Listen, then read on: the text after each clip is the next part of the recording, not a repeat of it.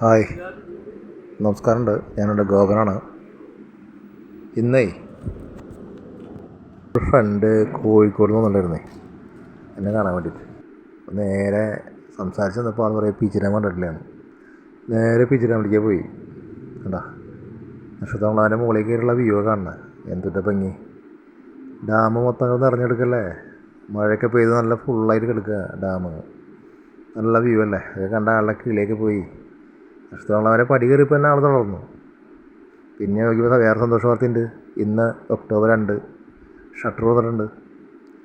2 shutter പൊന്നിച്ചിട്ടുണ്ട്. അപ്പോൾ അതിൻ്റെ വെള്ളച്ചാട്ടത്തിൻ്റെ ഭംഗി വേറെ, അതും വളരെ ഹാപ്പിയായി.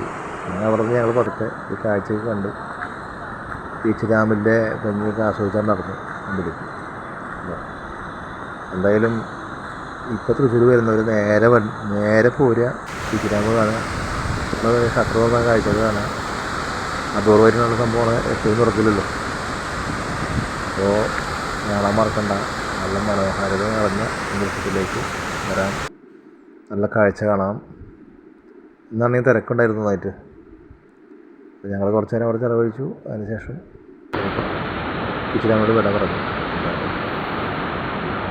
എന്തായാലും വന്നുകൊണ്ട് നല്ലൊരു കാര്യം ഉണ്ടായിട്ടോ. കാരണം വളരെ രസമുണ്ടായിരുന്നു. കാരണം ഡാം നിറഞ്ഞ് കവിഞ്ഞെടുക്കുന്നുണ്ട്, എൻ്റെ ഒരു ഭംഗി വേറെയാണ്.